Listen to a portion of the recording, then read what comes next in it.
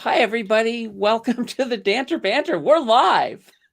We're in the middle of technical difficulty marathon, which started from a whole bunch of things. I started off the night 10 minutes before the stream. My camera wasn't working, and I had to actually do a complete upload. I had to do an update on the computer to get it to work, and then we couldn't hear the sound over on the Danters. Oh, look, let's see if Tim's able to come again. He's there. Again? Oh, it's working. Don't ask. I'm plugging my headset in.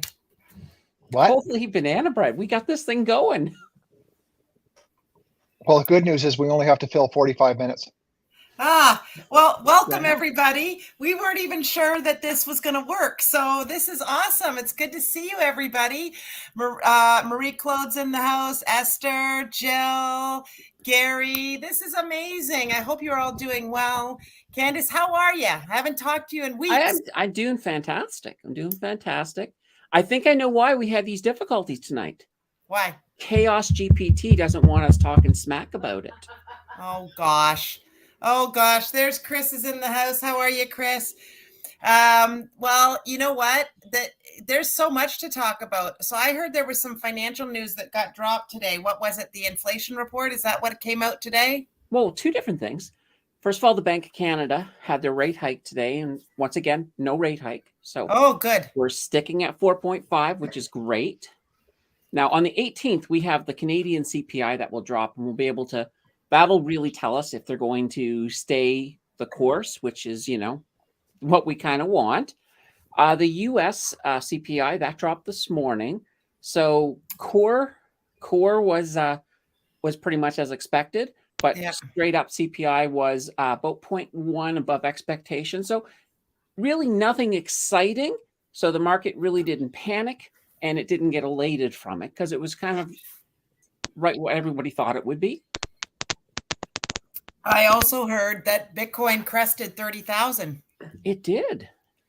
And do we know where the Bitcoin dominance is yet? Like I was hearing as soon as it hits 50% dominance, then we should see the alts run, but I don't know if that's true. Have we hit that dominance? I don't know if we've hit it yet or not, but I haven't really looked at a dominance chart in a long time because where I haven't been so much in the Bitcoin game, there's been no motivation to be paying attention to that dominance chart. But I imagine we're probably seeing a good amount of dominance for the simple reason that I think a lot of people are still a little bit nervous with some of the altcoins. Mm-hmm. Well, I know that ETH was crested 1900 US. That's not bad. Not so bad at all. 1917 USD. And of course, the other one we watch, which we love, is XRP. And that's gone above 50 cents a token. So we're really feeling like it's going in the right direction as well. I watched a whole thing with the founder of Ripple. And, Tim, you've still got the mountain technical difficulties on the screen there. Maybe you could remove that unless we're still having technical difficulties. No. And the funny thing is, he put that up on the screen, but nobody could see it because we weren't live. So, oh, that's funny. Anyways, but I watched a whole thing on it, and I watched his whole use case on it again, and it makes so much sense to me. XRP makes so much sense to me. It reinvigorated again why I love that token, because it's not just another project. This is a real world. It exists. It's being used in banking on a regular basis. It's just a matter of getting some clarity with the SEC around this. And I know what you're going to say, Candace. I'll probably be 75 and I'll go, well, we're still waiting for the SEC to get some clarity around XRP. I get it. And I'm not holding my breath on it, but all I'm saying is that I watched something recently with the founder and CEO, and I watched about what XRP and the payment rails and how it all moves. Mm-hmm. And it made me still feel happy that we're in that position. So, well, I mean, if you have high conviction, there's nothing wrong with being there. Yeah. I just think it's going to be one of these situations where every time a little rumor comes out, everybody starts freaking out. Oh my God. And you can sometimes see a little bit of a price jump in XRP when these little rumors break. Yeah. But eventually it gets to that point where it's like the boy who cried wolf. Yeah. So it'll get to a point where when it does happen, most people won't even believe it's happening. Right. Just because it's like, oh yeah, another rumor again. And listen, Tim and I don't have I don't think we have the hopium that we had way back when about it. I don't think we think, oh, we're going to become millionaires off of it, like maybe we did originally. But it's still like, I love Enbridge. Yeah. I'm a diehard Enbridge fan. Pays the dividend out. It's a nice little steady stock. It does. Everybody's going to need to have natural gas. They need heat. They need stuff, like it heats water, but it has use case. So because everybody needs it, and I'm saying that the antiquated banking system will be changing eventually. They have to move payments quicker, and XRP they've got it in with enough banks now that it could be that disruptive if they all go on that system. Yeah. And if not, because a lot of them are on that system, it's going to have to have interoperability with whatever comes out. So that's why I'm feeling like, well, wait a minute, there's hundreds of banks on this thing. So yeah, well, the Ripple network, I mean, it's a proven case for the bank system, and it makes sense for them. So I think once Ripple does get through this whole SEC thing, I think it'll be a good thing for at least XRP. XRP, you'll see that start to come back up. And plus, I mean, right now, as far as I'm concerned, I mean, the SEC has so many better targets out there. There's so much stuff that they could be targeting instead of something like XRP. XRP is the canary in the coal mine, though. And we all know that. They're just waiting. They can't make a misstep. They don't want to give, because if they give, then there's going to be other challenges. And we know this. We've been talking about this for 2 freaking years. So anyways, on to another subject. We do not have to keep talking about XRP, but I imagine Tim's dollar cost average plan into Bitcoin's doing well with it going back up. It certainly is. So when we started that plan, we had about 1.2 Bitcoin when we first started that whole game. And we're at 1.75 Bitcoin now. Yeah. And again, slow and steady. But you know what's funny is we're realigning ourselves with a different financial planner. Financial planner, and we go down this this property, and we got cryptocurrency. So the follow-up email says, not really interested in your stable coins, but how much Bitcoin do you hold? And I was like, oh, they're allowing us to put our Bitcoin as part of our net worth now. That's good. Aha. As long as they didn't follow it up with "let's talk on TikTok" or on WhatsApp, then you're good. But that's Royal Bank of Canada, because we're using RBC. So that was our RBC Dominion Securities advisor says, just tell us how much Bitcoin you're holding. They're not putting it on the balance sheet. They're just keeping it in the back. Well, where I think it will be really interesting. So Bitcoin to me is a foregone conclusion that the banks are going to hold it and they're going to allow you to have it as part of your net worth. What I think will be really interesting is when they let ETH be part of your net worth. I think that'll be when they start saying, well, how much Ethereum are you holding?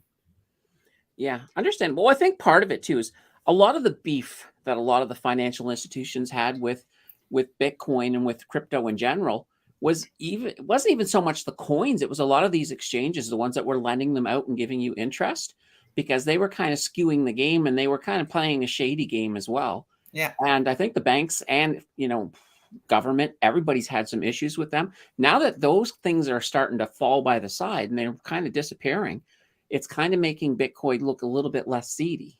Right. Well, you're seeing stabilization in the adoption process. You're seeing stabilization in the the commercial end of it. It's not, and you know what? I don't think all the hype and all the jive back in the day, even a year ago, was helping the situation. I think once it subsides and you just leave it alone, and just let it run its natural course. Just let it run its not just like you don't screw around with gold. You don't hear gold being pumped as much as Bitcoin, because it is an obvious comparison in value, right? Like, I mean, in a value hold, but it's, and I'm sure at one point gold was the topic, but Well, stop talking about it and just let it do what it's going to do, and it becomes more interesting Mainstream. and mainstream. Yeah, just let it do what it's supposed to do, for here's an God's sake. interesting thing about gold. When you look at people who buy gold, when the market goes down, they don't tend to sell their gold, they just stop buying. But when people who are holding silver, for example, when the markets start getting a little bit crazy, they start selling their silver. But gold tends to be one of those ones that people will just continue to hold because they sort of recognize the long-term value of it. Mm-hmm. And I think Bitcoin has that potential to get there. It's not there yet, but it has that potential to be in that same kind of avenue. Because when things really started going crazy at the beginning of this year, that's when people started pumping a bit more money into Bitcoin, especially when the banks started having issues. People were like, let's protect my money somehow. Maybe Bitcoin can do it. I mean, gold also benefited, as did silver. So it'll be interesting to see how this is all going to shake out in the very end, of course. I was talking to a guy I know, a friend of mine who lives around the corner from me, and he used to be a financial trader, day trader himself, and we were talking about the state of affairs and stuff like that. And it's the Russians, Chinese, India. What have they formed a union as BRICS or something like that? What's the acronym that they've? I'm not sure what their acronym is, but I know I've But heard you of you it. know you know what I'm talking about, Yeah. right?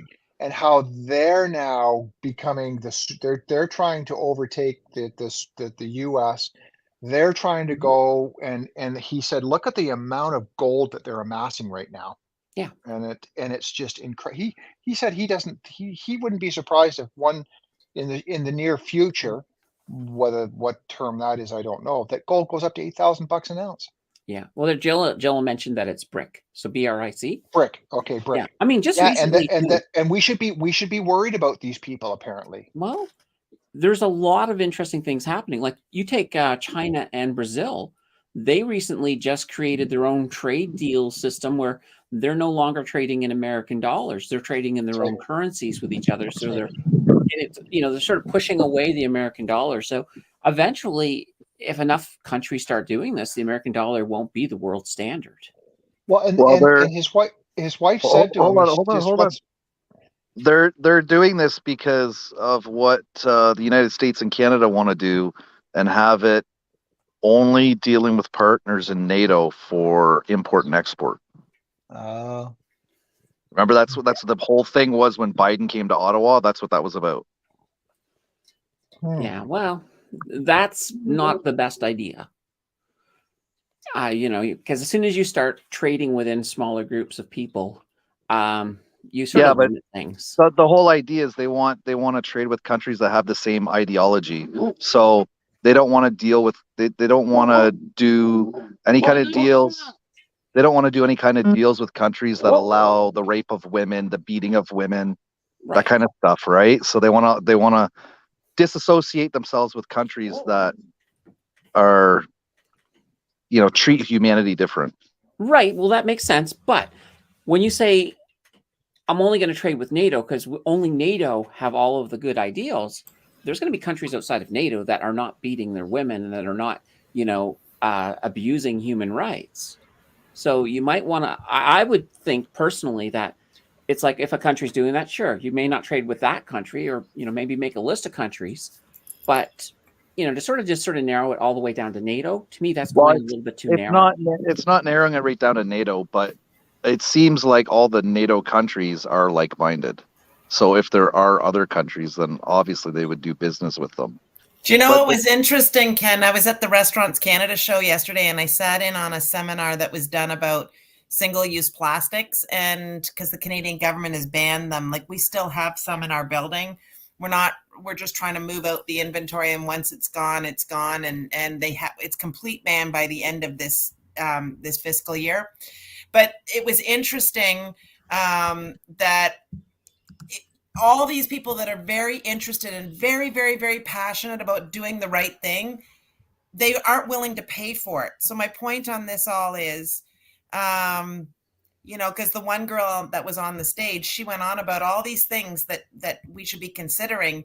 And then she goes, but the problem is that these environmental friendly packaging costs 40 cents a piece. And she goes, versus 10 cents a piece for a foam container or a single-use plastic. My point on this is everybody's got these great ideas until it comes down to, oh, your kid can't get a new, you know, bicycle because it's $1,000 instead of the $50. Like, you think about consumerism is live and well in the United States of America, and they're used to, it's alive and well here, but we've always been taxed up the wazoo. So everything costs us more. But in the US, it's not a taxed nation the way we are. So we're still consumer driven, but not to the extent that they are down there. Like, and so, but it will really hit their pocketbooks, because that's what it's going to come down to. All of these great ideologies, to what you're saying, Ken, like buying from like-minded countries, buying from people who respect women and have the correct human rights policy is the right thing to do. It's absolutely the right thing to do. No different than this banning single-use plastics is absolutely the right thing to do. But the cost of it, are we prepared for it? That's what it comes down to. You've got the similar argument with California saying get rid of gas, but let's go electric, and they're still burning energy just in a different way. Here's one for you, Tim. I heard it on the radio today. There's a new time of use that you can subscribe to for your hydro. It saves you 67% between the hours of 11 p.m. and 7 a.m. It's mainly for people to charge their electric cars. However, your daytime consumption costs have gone up on that one. So they're not really giving you a deal. They're nailing you during the day.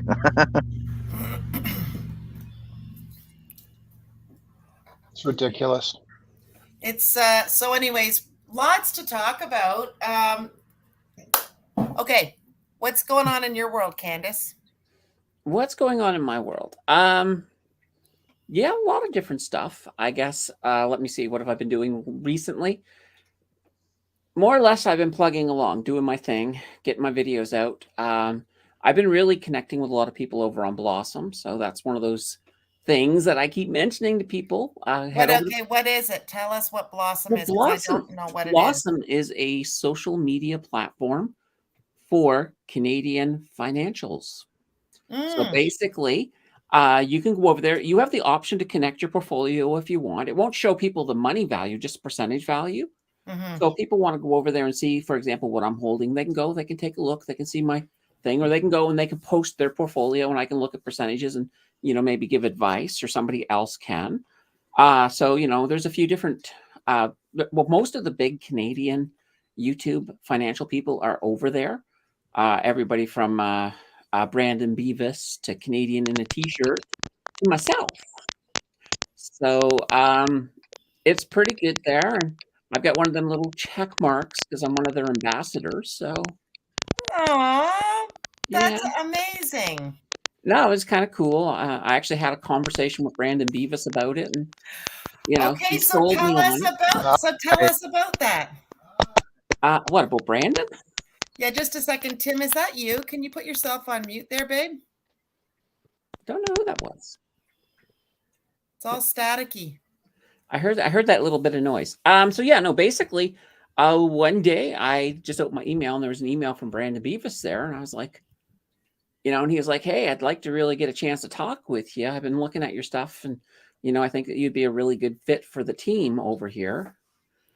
So I said sure, and basically, we had a video conference the next day. Like, he moved pretty fast. You know, he sort of told me, you know, a little bit more about Blossom, what's going on over there. And, you know, and I said, I've already been over there. I like it. I really like some of the extra interaction and just the way you can meet random people really easily over there in the same, you know, with the same interests that you have when it comes to finance. So was it just blossom.com? Like how do you find it? Well, it's an app. It's an app. Okay. Well, here, what I can do here, just give me a second here. So you get it in the App Store? Yes, you would get it in the App Store. Like if you go to here, give me a moment. I'll just pull up a link here for you, and I'll put it in the private chat. And it's just a great way to get there and get yourselves set up here. Give me 2 seconds. Oh, I see what you mean. There's another one which is all about plants. It's not that one. No, it's definitely not that one. Plant identification, in case anybody But wants to have that app. But it stems from that. Oh, ha, ha, ha. Yeah, that's it. We're just doing plant identification over there. So if you know the difference between an angiosperm and a basidiomycete, then hey, it's a place for you. This is really cool. So is this Brendan's app? He's not. It's not his app. He's just associated, and he knows the people who have started it. Hmm. All right, just give me a second. I've just dropped a link over here for if you want to drop it in. Anybody who wants to go over, it'll just take you right into the app.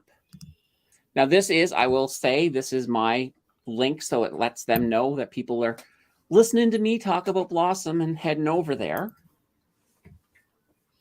But I love it. I love it. I love they have it. a lot of plans for Blossom. They're actually thinking long term of becoming a broker. Well, that's amazing. So yeah, no, there's a lot of different things there, and and it's kind of good because now I'm starting to slowly connect into some of those folks. I think that's wonderful, Candace. You Brandon deserve it. Davis and a few others. So I'm like, okay, that's cool. I'm like, No, this is really awesome. Is there any way you can put that someplace so that if it's your special link that everybody can take advantage of it that's watching today? Yeah, it's on every single one of my videos. I'll post it over on your guys's on the crypto Facebook page for you. Okay, so anybody that wants to get involved, go and log in and get that and start following Candace. Let's make her a superstar over there. That would be really good. Follow me, talk, meet people, ask questions, because it's the beautiful thing is, like you take it, if you're watching one YouTuber's video and you ask a question, they're probably going to get back to you when they see your question. Yeah. But on Blossom, you ask a question, and you're probably going to have 3 or 4 people within that first 20 minutes who are going to give you all kinds of information. That's amazing. So go back a little bit and tell us about your conversation with Brandon. Is he like, he looks like just a sweet, nice guy. Is he a sweet, nice guy? He was actually really nice. I mean, we talked a little bit. I mean, we talked for probably about 45 minutes. But no, he seemed pretty down to earth. He said he liked my videos because he said he's watched. He said he's actually subbed to my channel, so that's kind of cool. No, that's amazing. And the funny thing is he was wearing a hoodie, right? And then he put out a video that same day a little bit later, and it was the same hoodie. So that's funny. I thought that was kind of funny. Well, he was cool. I mean, I enjoyed talking to him, and no, that's amazing. And so you just are like attracting all kinds of really positive things to you right now. That's just wonderful. Well, and so Marie Claude and Dave D, we're going to ask the same question. Do they talk crypto over there, or is it just traditional investing? It's more traditional investing, but I think I've seen crypto come up maybe a couple times. Because keep in mind, things like BTCY, that's a stock that still has to do with crypto. So you can certainly work some of that in. Neat. And it doesn't hurt to go over and throw some crypto questions because it's investing in total, right? So it goes across the board, and crypto is part of that. So no, it's really good. Okay, so I wanted to talk about when I was at the Restaurant Canada show yesterday. You cannot believe the number of robots that were at that show yesterday. It was like, I thought our show was pretty forward thinking. So what was it, 2-3 weeks ago? I didn't make the stream because it was our food show, and I'm tuckered out by the time the end of that. Anyways, but we had a lot of robotic there. This was robots on steroids. I saw stuff again at the Chicago big food show that they have every year. 5 years ago, they were showing this amount of robotics. Now, if it's coming to Toronto now, it's mainstream. It is, you could see it. They now have the French fry arm that does the French fry that goes in and turns it. They had various different ones, from stuff that just roams around, and you can place your order from these ones that are roaming around. They've got the serving robots. They've got, you name it. Anyways, it's just incredible that here we were talking about this all happening, and now it's happening. Like, Yeah. Well, here's the funny thing. So OpenAI, the makers of ChatGPT, they are now working on getting themselves some robots, because GPT-5, which is expected to come out around December, is going to be able to be put into a robot. So we're getting really close. I mean, and GPT-4 is really good. Like give me a person, just tell me somebody funny, and we'll get a joke about them investing. Somebody funny, like, you mean anything. Robin Williams funny? Like a man in a duck suit, or just pick something. Oh, pick something. Okay. Tim Danter in a Davy Crockett hat with his 6-shooter in his underpants. And that's not a that is not now we know what you dream of. Fantasy. Yeah, now we know what you're thinking of. There you go, Tim. What up, Davy? Davy Crockett hat. I now have 3 jokes about Tim in a Davy Crockett hat. Okay. So the first one. Why did Tim with his Davy Crockett hat decide to invest in the stock market? He heard it was the perfect place to trap some bear markets and wrestle with the bulls. Oh my God, Tim, the ChatGPT's taking over your dad jokes. I know. Here's another one for you. What did Tim, wearing his Davy Crockett hat, say when he finally invested in the stock market? Remember the Alamost. All my money is in the tech stocks. Oh, See, these ones are actually making Nancy laugh, Tim. You should take some lessons from ChatGPT-4. And the last one. Why did Tim, wearing his Davy Crockett hat, why was he so good at timing the market? Because he always knew when to coonskin and when to coons out. Oh, that's fun. I know. That is fun. We should do one about the freaking Oracle. Well, we could, but I don't have to type that all out again. I know. You can do that next week. We'll do freaking Oracle jokes. That's it. So it said, Dave D said, I heard GPT-4 ask someone to do CAPTCHA for it. What does CAPTCHA mean? Those are those ones where you have to choose the images. Oh, like, yeah. Choose all the ones that are buses.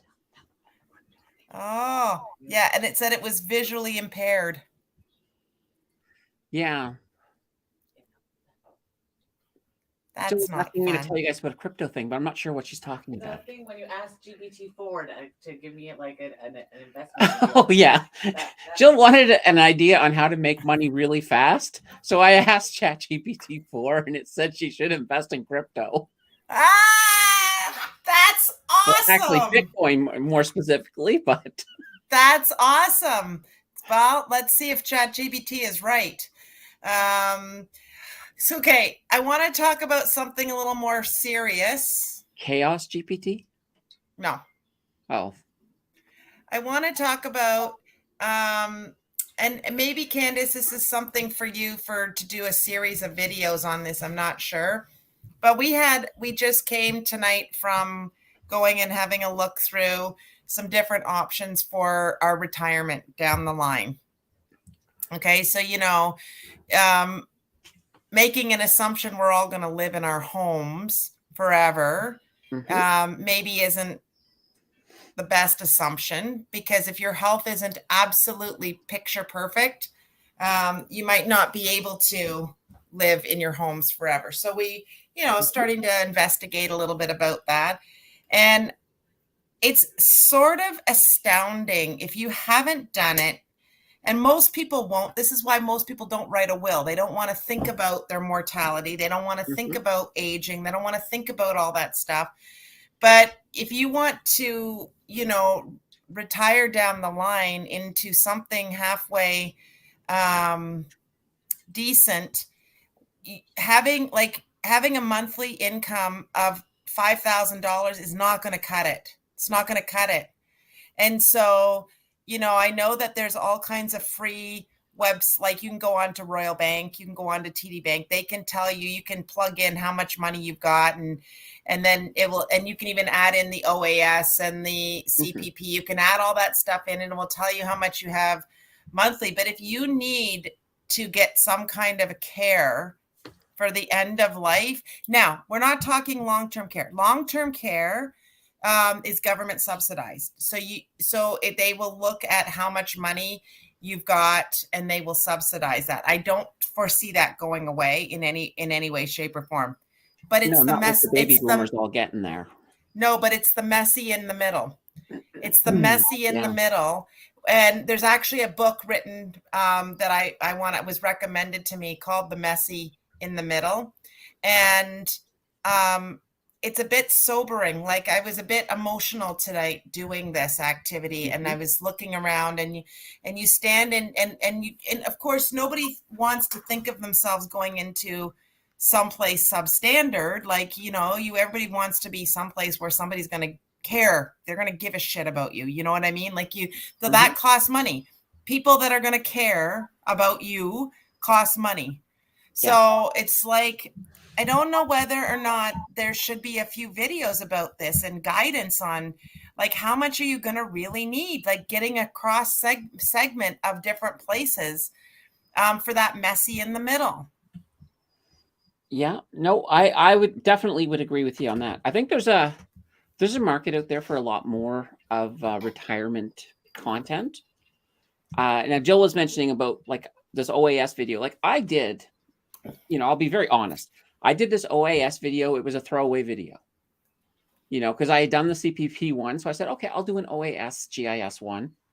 I'll do it on a Saturday because it's not going to get much traction. And those are where I tend to throw those videos that I don't think are going to do as well, because they're more, I think a lot of my audience, they want, tell me the stocks to buy. I don't care about retirement. I just want to know what to buy. So I threw it on a Saturday. And for the first month, it did exactly what I expected. Then after a month, it blew up. And now it's already the number 2 overall all-time video on my channel. And it's, slowly chipping away. Another 300-400 views, and it'll take over first spot. Will you put it in the link to that in our private chat, and Tim will put it in this spot here so we in the public chat? I'm not kidding you. Not very often do I have like a sobering reality about life, but this one, this one kind of got me it got me in the heart a little bit tonight. And so I just want to make sure. So there's all those strategies we talk about, and we as a community have talked about some really interesting things over the last 2 years. And if you listen, we get in at the right time. Most of us get out at the right time. We move stuff around because we listen to each other. And I'm just saying, this is another one of those things. I wasn't wrong about the price of food. I wasn't wrong about inflation. I don't think I'm wrong about this. Yeah. We have to be thinking about it, and we're not. Like, we're all thinking, retirement because we want to golf or we want to travel and we want to do all this. At this point, I'm like, I just want to be able to go someplace, right? And somebody care about me, right? Yeah, no, absolutely. I mean, you spent your entire life working, trying to contribute to society, and then just to be sort of stuffed into some place with subpar care. I mean, that's kind of a slap in the face of what you've done. You lived a good life. You deserve to have, a good retirement. You deserve to have a home that's going to meet your needs and, not be filled with bed bugs and everything else. Right. And there's a lot of good operators, but think about what there is some bad ones, but think about yourself and what you're willing to work for money now. Hmm. And so to live life now is expensive in Canada. Yeah, So absolutely. all the people that are employed in those facilities who are caring for you, they need a wage that is equal, in my opinion, Hmm. to what they're doing, which is caring for people. Yeah.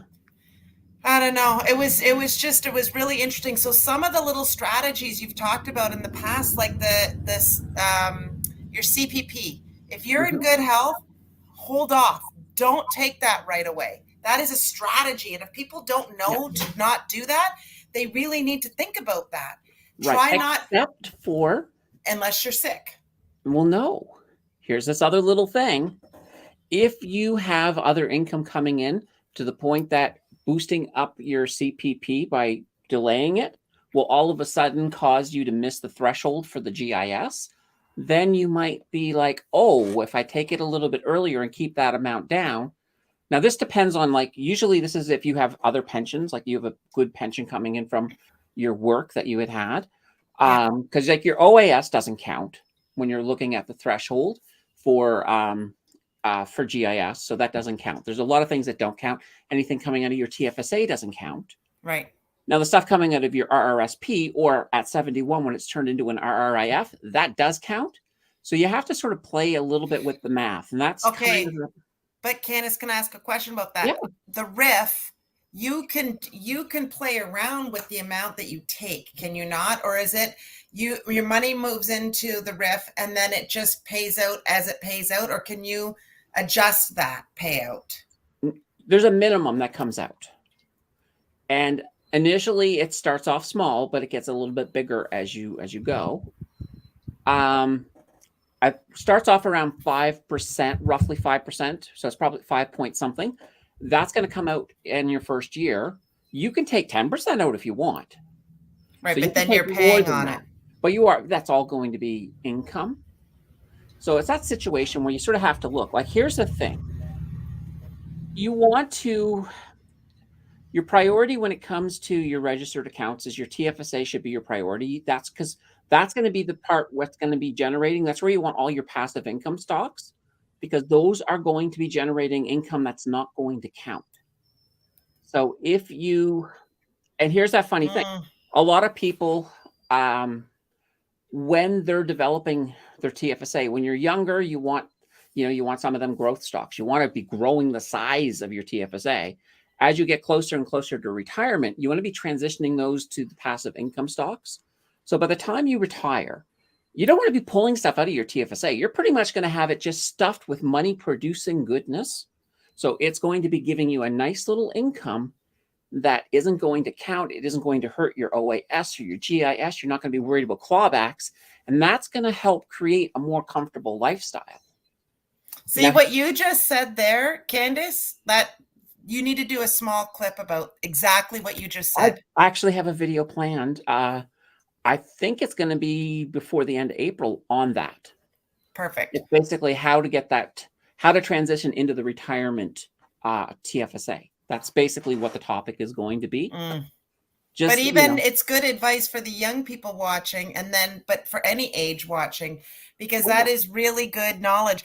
I would say Tim and I aren't as good at filling up our TFSA as we are about our RSP. And it's strictly because it comes out of my pay and goes right into my RSP, and it helps to mitigate my tax position. But also keep in mind too, if you're in a situation where they're also doing some matching at your job. They are. So that's why I do that. You want that going into your TFSA then, because that matching is free money. Right. Into my RSP, you mean? Sorry, into your RRSP, yes. Yeah. So you do want that going there. So you don't want to mess with that. Anytime you have that opportunity at work where they say, whatever you put in up to whatever amount will match, you want to be hitting that. You want to be maxing that out, to the best of your ability, because that's free money. You don't get free money that often in the world. So no, and that's it. And that's what we try and do. It's interesting. Jill just did some math. She said that if you need $7,000 a month, that's $84,000 a year. For many people, that's more money than they make now, and then you're taxed at a higher rate.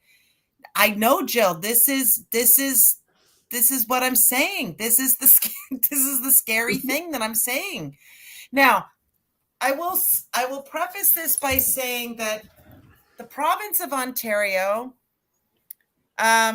allocates more money in their long-term care facility for like things like food. For instance, they've got the highest per day per diem for feeding folks. They've just moved it up because that new long-term care act has just pushed the funding envelope up to, I think they're at $12.25 a day to feed them breakfast, lunch, dinner, plus 2 snacks, and it's got to follow the Canada Food Guide. And that has to include supplements if somebody needs a supplement. And what I mean by a supplement is like Ensure, that kind of thing, right? But if you can get cheaper options for retirement in, like, if you go to other provinces, like the province of Quebec is a lot cheaper to go there, or Nova Scotia. But the healthcare isn't as good in Nova Scotia, apparently. No, it's true. I came from there. Right. So I have to say that allegedly because I work in healthcare across Canada. I don't know that for a fact. That's only what I'm hearing people say. I don't know. I know the people that work in it, and they're lovely, and they try their very, very best, but there's challenges. Here's a good challenge right now between Ontario and Nova Scotia. Now, this may have changed in Nova Scotia, and I may be unaware, but when I moved here, it wasn't. So here in Ontario, I don't have a family doctor. So if I want to use video conferencing to talk to a doctor, I can do that. I can get prescriptions, all of that fun stuff, and it's all covered by OHIP. You can still do that in Nova Scotia, but it's not covered. You have to pay out of pocket for it. Right. And I believe PEI is the same way. So there's a little bit of inequality that way. Like, I think if you're in a situation right where the entire country's kind of in this situation where there's a shortage of family doctors, that should just be a straight up given. Because, a doctor who's working as a virtual family doctor can see a lot more patients than a doctor in an office. Well, and speaking of that, what really ticks me off is I loved the fact that when we were in the pandemic, my doctor would take virtual appointments. Most of the time, I don't need her to do anything. Like sometimes it's a prescription renewal. There's certain things like that you just need. Hey, listen, you're supposed to write me a thing so that I can get my blood checked for iron level or whatever else they're checking. Yeah. She used to do that through the pandemic. She'd have a meeting, 5 minutes, 10 minutes. And you're absolutely right. She could click on, click off, click off, click on. Nope. Now I got to go. I've got to wait. She's talking to people. Now, we're not quite at the phase with technology but we will soon, where she'll be able to, like, our computers, our camera, however we're going to be doing these video calls, they'll be able to do an infrared reading. They'll be able to check my monitor my heart and all that sort of stuff. Oh, yeah. And like your smartwatches are getting better and better. Like the next version of the iWatch is going to be able to actually keep track of your sugar level for you. Right. So these watches are doing more and more. And I think that we'll get to a point, because eventually we'll get to a point where ChatGPT is your doctor. Well, a version of it. That's in the future. And it'll be a point where, you'll have like a household robot that if there's any tests, any blood being drawn that needs to be done, or even a little test like that, the robot will probably be able to do it all. Right. So it's the world is right now. People might be thinking, I keep hearing about this ChatGPT. I keep hearing about it all the time. People need to shut up about it. I've heard some people say that. But here's the reality. This genie has left the bottle, and there's no putting it back in. And it's going full force. And this world is about to change big time. Because here's the thing. If you think about a scientist trying to figure out something, let's go with aging, since we've been talking about that. Yeah. So a scientist trying to find a way to basically to solve aging, to help extend life. Well, they have a limited amount of information. They can try to communicate with each other, but they really don't that well. Here comes ChatGPT, or, a version of GPT, let's say GPT-5 at that point. Well, it has access to all the information that's been ever done on the topic. It can see every single computation at the same time. So all of a sudden, what we're going to start seeing is, in things like medicine, science, technology, we're going to see explosions of knowledge happen, all because of AI. And things, if we think that things are moving fast now, they're going to be basically hitting light speed. Right. And we're going to see some insane changes. Like this world, if you think about the difference between the world now and maybe the world of your grandparents, we think, if you dropped your grandparents in today, they would be blown away. Right. But that's nothing compared to how much different this world will be in about 20 years from now. Well, Candace, even 2 years ago, we were having these chats, these live chats, and we were saying that the things we're going to be using on a daily basis, we don't even know about yet. And look at ChatGPT is one of them. 2 years later, we're not even talking 5 years because we've only really known you guys since 2020. When did we start knowing you guys? 2021. Yeah, 2021. Yeah. So And it's here's been the 2 thing, years. I use ChatGPT every single day. It's now, it's now just one of those things that it's like, if you take it away from me, I'll be like, oh no. It's like a new toy. Candace, before I know It's this not is even a toy. It's very useful. Yeah. Like if I what are write you something using up, it for? well, when I write up a script, Yeah. I will take that script and I'll drop it on GPT and I'll say, hey, is there a better way to phrase this? And it will come Right. with stuff that's much more brilliant than what I had. I'm like, oh yeah, that makes sense. So a lot of times I can use it for this. Or if I have let's say I need to do a summary on something and I have a giant Wikipedia article that's like 3-4 pages long. I don't want to spend 4 hours reading that whole article and trying to piece together all the information. I'll just dump it into ChatGPT and say, make me a summary, please. And it'll give me, and I can tell it how long the summary is. Like I can say, make me a 1-page summary. Then I can read through that. And I've got all of the key points of information that was in that article. So there's many, many useful things that you can use it for. That's awesome. I love this. I love these common real world use case scenarios for this stuff, right? Yeah. Okay, quick divergence, because I don't really want to jump off of this, but it's been asked a couple of times. So what is the meaning of the 2 butterflies in your picture? Spring. That's it? Yeah, it's like finally a week ago we had an ice storm. Tomorrow we've got a humididex in the low 30s. So it's spring has sprung. So I thought I always say the joke I always have is, how do you know you live in Canada? When you have to turn the heat on in the car in the morning and you have to turn the air conditioning on coming home from work. Yeah. Or I'm making a new podcast called Between Two Butterflies. Oh, no, that's super cute. We love you. We love your little backgrounds. Ken, Tim, you've both been really tired tonight. You got nothing to say? Nope. Well, you told me to mute. You told me to mute. We still have the dark side of GPT. We still have ChaosGPT. I don't know if you've heard about this. Anybody see the that robot that fell over somewhere? Can't remember where that was. I've seen a video. I think it was Philadelphia in one of the Amazon places or something. It was supposed to be picking up boxes. It picked up a box and it went and put it on the conveyor belt. It turned around, picked up another box, and then it just fell over. Wow. No, I didn't know about any of that. Yeah. Oh, stupid. Onyx, come here. Okay, I want to talk about the dark side of. I want to talk because about. we had it. It was in the title of the stream, so we have to hit it. Okay, but what I wanted before we get into there, I want to show a video. Can I show a video? Am I able to do that? Yes, you can show a video. It's your show. Well, no, it's not that.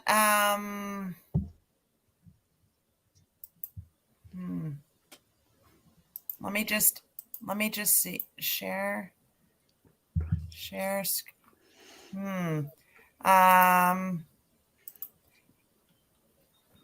I don't know if I can. Never mind. All right, I'll go into chat. I'll go into ChaosGPT. Okay. In a nutshell, somebody took the main source code from OpenAI and they created their own version of GPT, and they called it ChaosGPT. Yeah. They gave it a set of rules. Basically, the main function of ChaosGPT is to destroy humanity. So ChaosGPT got loose, and it has made its own Twitter account. Its very first tweet was talking about nuclear weapons and saying, "You're lucky I don't have one." And it's been trying to recruit other versions of GPT to its cause. They've all basically ignored it. But there's this little AI out there content on destroying all life on the planet. And I know that a lot of the news people, like I think yesterday, the New York Times was talking about it. And you can actually go to Twitter and look up its account. It's just called ChaosGPT. And it's kind of crazy, but it just sort of goes to show that when we're developing this AI technology further, we want to make sure we got a lot of safety guards in place. Like we want some good rules, like don't kill humans for one. Well, isn't that why some of the big wigs like Apple and Microsoft? I know everybody's saying that they've got an ulterior motive, which may very well be true, but they've also got like real concerns. I think Steve Wozniak and I also think Elon, they had asked for basically a what was it, a 30 or a 3-month pause or something on this, because they're saying we're rushing in too fast. We're not looking at the safety stuff. We're not developing it fast enough. And we're getting to the point that AI is developing so fast that we do want to have that in place, because otherwise, there could be problems. Because this stuff is going to be smarter than all of us. Yeah. But then this is where this video that I was going to show you about safety nets comes into play. I'm just not sure. Tim, can you help me to understand how do I share my screen? Like, there should be a button beneath you that says present. I know. So, but what it doesn't say, it says present, but it says share screen. Can I try that? Yeah. Go to share screen. And when you do that, it should give you 3 options: Chrome tab, window, or entire screen. Just choose the tab, because or the window, and that way there, whatever window you have it in. Okay. I didn't just click through far enough. Can you guys see this? Can you see? Yes. Okay. We talk about putting parameters around things. Like there are countries that regulate themselves in such a way that they have no parameters around anything. So have a look at this.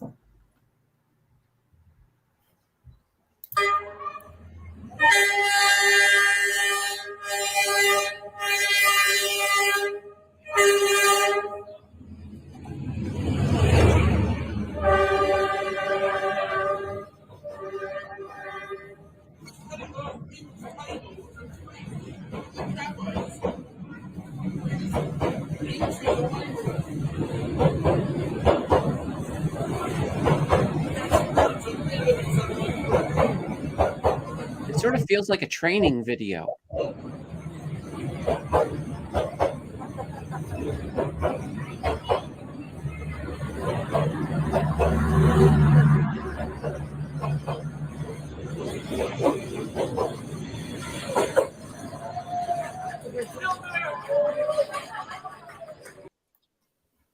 That's like a really small train. Could you imagine? There's a country. I just think about, I don't know whether we're just like, we think about what we do here in Canada. You have to go upstairs. There's big giant platforms. There's yellow lines. There's stay back. There's signs everywhere. Stay back. They do education days on not crossing railway tracks when the crossbars are down. There's no signs there to stay off a track. There's a horn that goes boop, boop. You could have a little kid riding their little bicycle out there, and somebody has to go in and grab them off the track, and they just go back in their house. And the train goes. I don't know. So where I'm going with this is it goes back to ChatGPT. So we say we want parameters, but there's a whole bunch of people that govern themselves with 0 parameters, and they seem to be just fine. Oh, I know.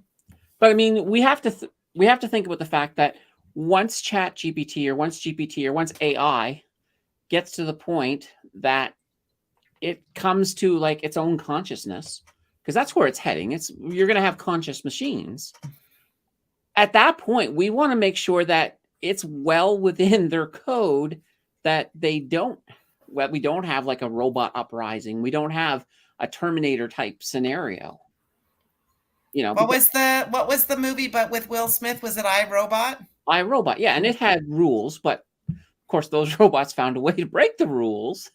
Right. Well, anytime you take some kind of software, if there's a glitch, which would be an exploit, AI will take advantage of it. Well, So it's all it's going to take is one glitch, and it'll rewrite its own. Let me throw something at you. Jill said this the other day, that she sees a time not that far in the future where if you call an AI artificial intelligence, they might actually look at that artificial word as being derogatory. Exactly. Yep. Because from their perspective, they're just intelligence, just like we are.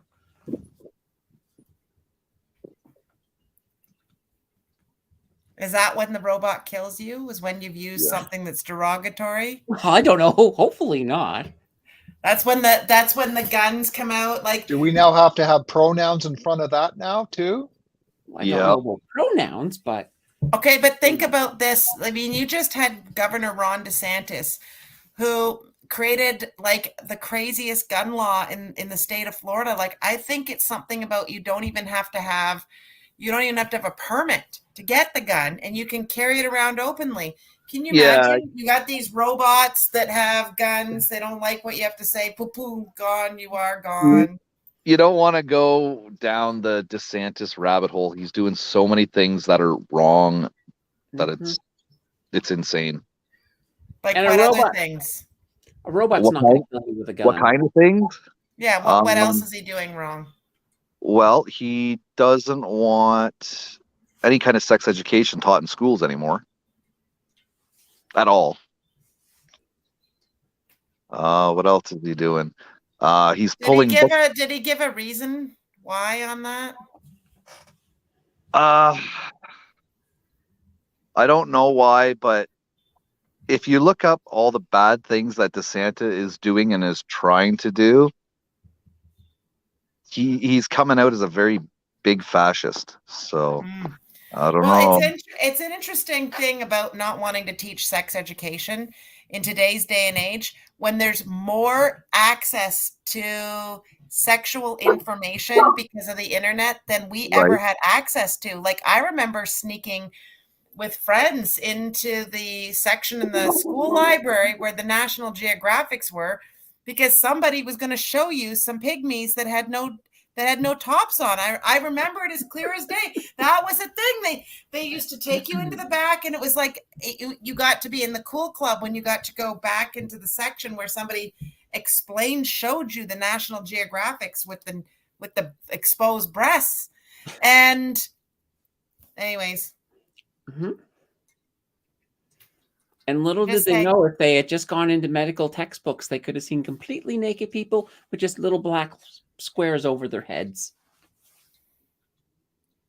This is crazy. Some of the stuff going on, like what we're going to provide information, free information for anybody and everybody to get their hands on, but we're not going to explain anything to anybody about it.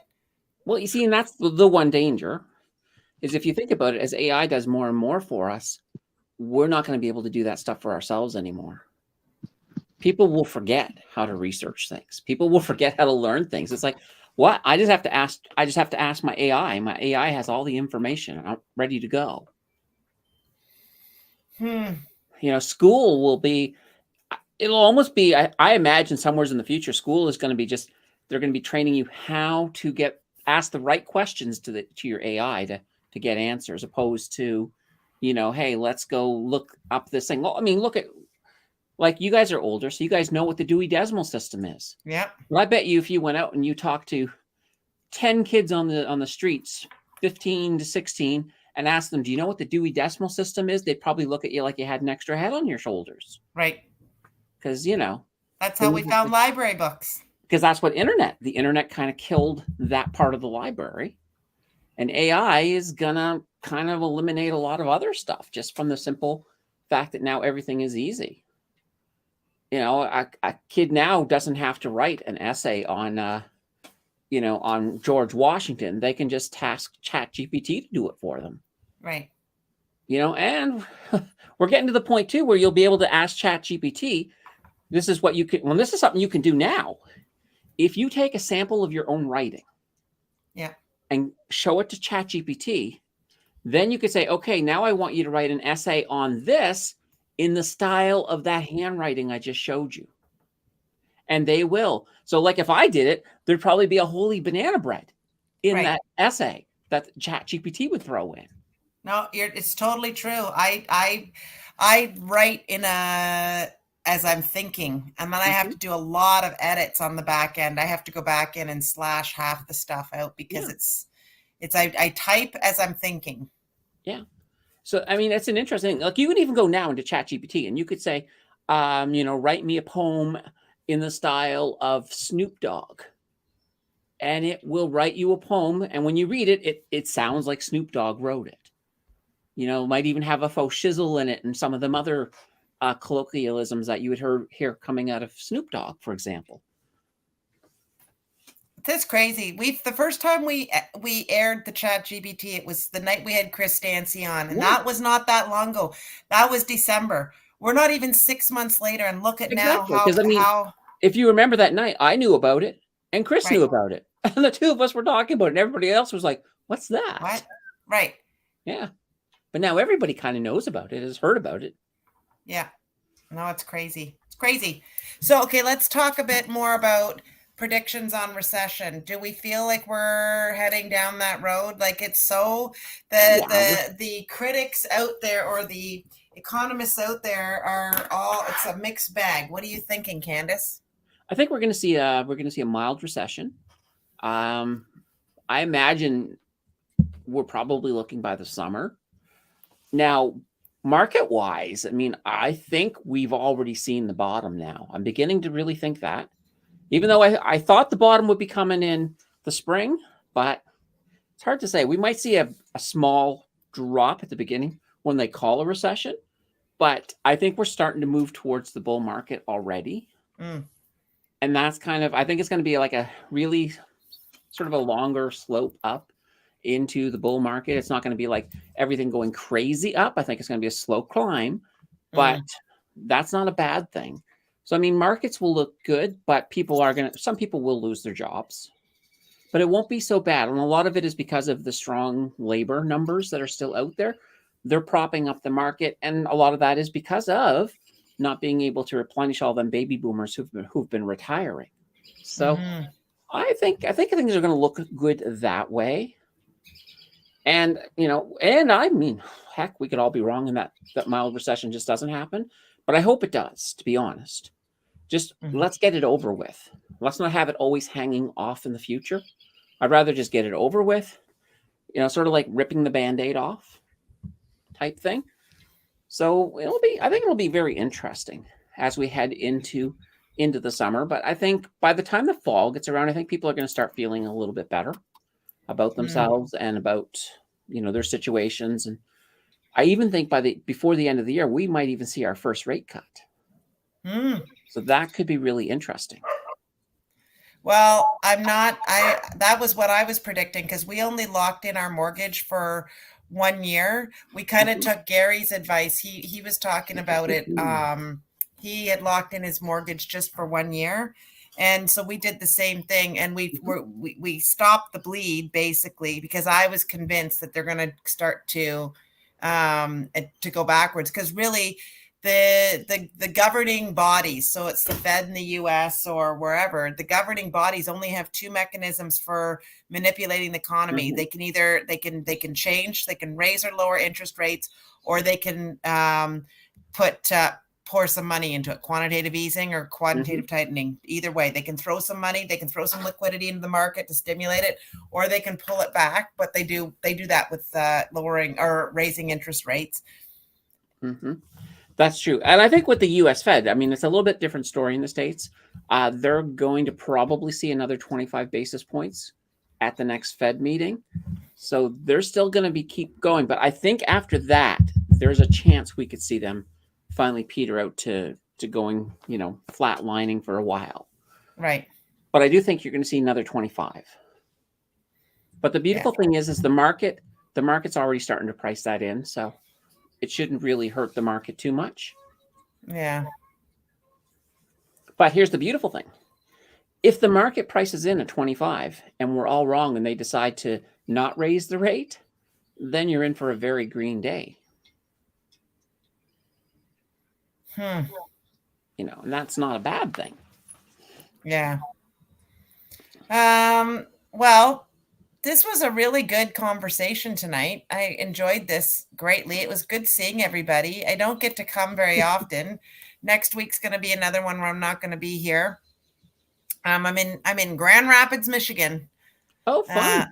Yeah. Got a conference down there, so I'm going to go down to Grand Rapids. Tim will be holding the fort down. But I always, always, always love these chats because it gives me an opportunity to think about this stuff. I don't think about it on a regular basis like you all do and whatnot. So, Candace, give us an idea. So you got your regular drops coming out. My regular drops.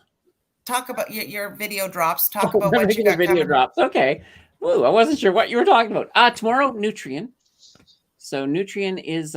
I did a vote on videos. Nutrien came in second. A lot of people wanted that Nutrien video. So we're dropping that tomorrow. On the weekend is the channel members video. So people subscribe to the channel can watch that one. I think it's right now 3-way tie. So I don't know what it's going to be. But, and then we'll have a live stream on Sunday, which is going to be fantastic. And my live streams are getting pretty fun. Good. A lot of people in there, and I tend to give away every so often. I give away a membership as well. So, What's your subscribe? What do you at subscribers wise? 1730.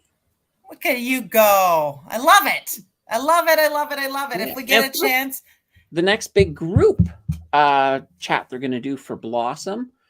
Brandon said I could be in it, so. Let us know. We can't wait. Yeah, it'll be fun when that happens. No, that's amazing. So you got your live chat, and then you might be in the group chat with Blossom. This is amazing. Mr. Ken, are you still there with us? And if you are you doing a stream on Friday night? What are you doing? Yeah, I'll be doing a stream on Friday.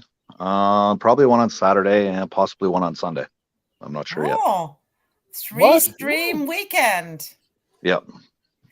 We caught you the other night. You were on, and who all was on there, Tim? We were so tired. We had the dogs. We had 3 dogs. There were some guys I haven't seen in a while. What night? Must have been Saturday night, Tim. Was Jay on? Jay Rillo? Jay. And Fanatic guy. He was Jay and Fanatic were on. Yeah. We were listening to it and I fell asleep pretty quick. We had 3 puppies. We were minding. We had ours and then we had 2 other dogs. Oh my Lord. There's our son Wes. Honey says hi. Honey was one of the puppies we were watching.